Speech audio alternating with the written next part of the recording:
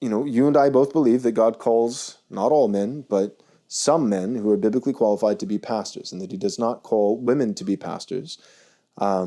So pastors, I think that's part of the problem is if pastors are men, but pastors aren't just, right, the male elders of a church, they're not just pastors of half the congregation. Right? It's not like we're the pastors of the men, and then we have our women's ministry, and that's how you get, the leader of the women's ministry becomes a pseudo elder in the church over half of the congregation, namely the Yeah. women, and it gets divisive, and then all of a sudden, like husbands and wives start having problems and dissension in their marriage, and it's because the women's leader and their male pastors who are abdicating that responsibility. So we believe that God calls men to be pastors. I know we've talked about this before, and I know that you would agree that God calls those pastors to pastor the whole flock and not just half of the flock. So I, if I'm a pastor of the women in my church as well as the men. And so what is something that male pastors can do to combat some of these unbiblical expressions and effects of feminism in their local Right. churches? Right. Well, it's kind of a funny question in that because I don't think women ought to run the church. I also don't think the women ought to be bossing the pastors around about what they ought to do. But that said, I do see things that, pastors are doing where I would think the one thing is don't be scared of the women, because I think that's kind of what motivates this a lot of the time is they're scared of the backlash, because I do think that when women get offended, it definitely is a gift that keeps on giving. I mean, like, it's just really hard to get through that. And I think there are some pastors that are gun shy about it because they don't want to upset the women. So I feel like that's kind of the first thing would be to not be scared of them. But I think kind of paired with that, there's the kind of like, I don't know, the Beth Moore kind of women's ministries thing where it sounds like that's kind of more what you're describing, where a woman who's so dynamic and she's just got all the women eating out of her hand, and then they kind of tend to go off in a direction that's not great from, authority perspectives. There's that, but I think there's a really funny other version of it, which is where you have people on the other side of the fence. They're not likely to go that way, but they still want to call in a woman to do the dirty work for them of telling them not to be feminists, sort of, if this Mm-hmm. makes sense. I say this Like because, what I'm doing right now? Is that what you're well, hinting no, at? I think that it is like trying to outsource the message, because if it comes from a woman, then they can't accuse me of, being a whatever misogynist or something. And so I have seen that before, where it's like it's this funny thing of like, we believe that men should be the pastors, but then you get the woman to go out there and say the inflammatory thing, and then the pastor's like, you go girl, preach it, sort of. And that's this kind of like, that's what I mean about not being afraid of the women. And I think that if you have godly women, they actually want to have teaching, you know, from, yes, a male pastor, and they want it to be biblical, and they want it to be convicting, and they want to confess their sins, and they want to be growing in faithfulness. So it's not insulting to women. You know what I mean? Like, it actually shouldn't be insulting to women to preach on feminine sin. Not that that should be every sermon, but you know what I mean? But I do feel like Paul is very clear about saying, and women, you need to do this, and men, you ought to remember that. And I think that many churches are very comfortable preaching against the men, really, like hard teaching for the men, hard teaching for the men. But then whenever there's anything difficult to say to the women, they just don't want to go there. But the thing is like a godly woman wants that, and she wants to hear that. And so I think if you have a congregation full of women who won't hear you, then that just shows you've got a really deeply unhealthy congregation. So um, it it could be ugly, but you know what I mean about trying to get the woman to be the hitman for you, sort of Yeah, I like totally know what you maybe mean.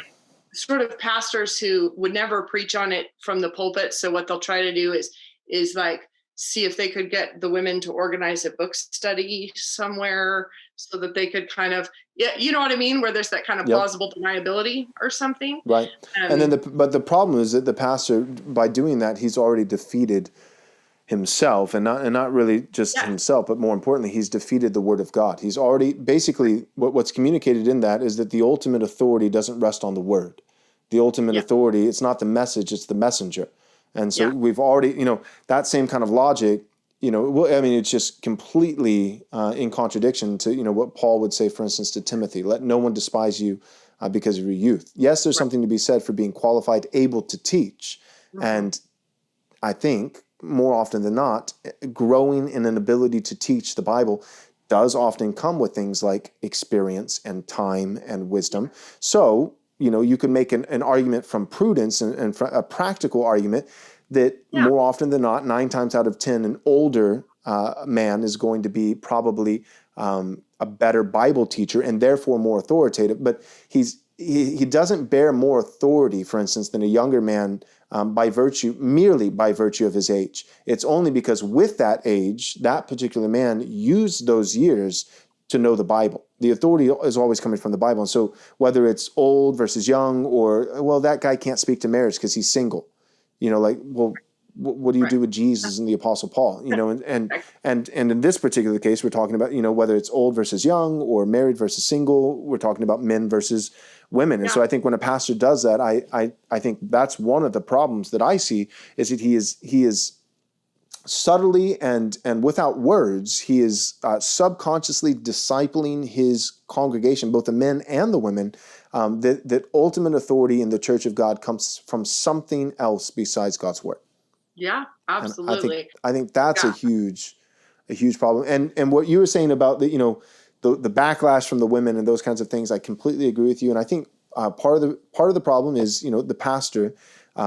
We know that the antidote to the fear of men, or the pastor who's struggling with the fear of women, but the fear of man, the antidote to the fear of man is the fear of God. And so, sadly, I think part of what we see many men in our pulpits today who don't fear God. And so yeah, we need pastors to grow in the fear of God. But I think that's part of the solution. Is pastors, don't be afraid of the women in your church and preach courageously. But then also part of the solution is those women's husbands. It's not all just the pastor.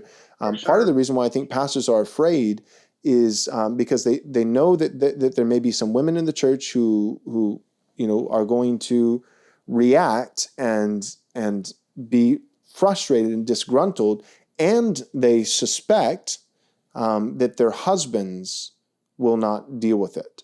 Um, Absolutely.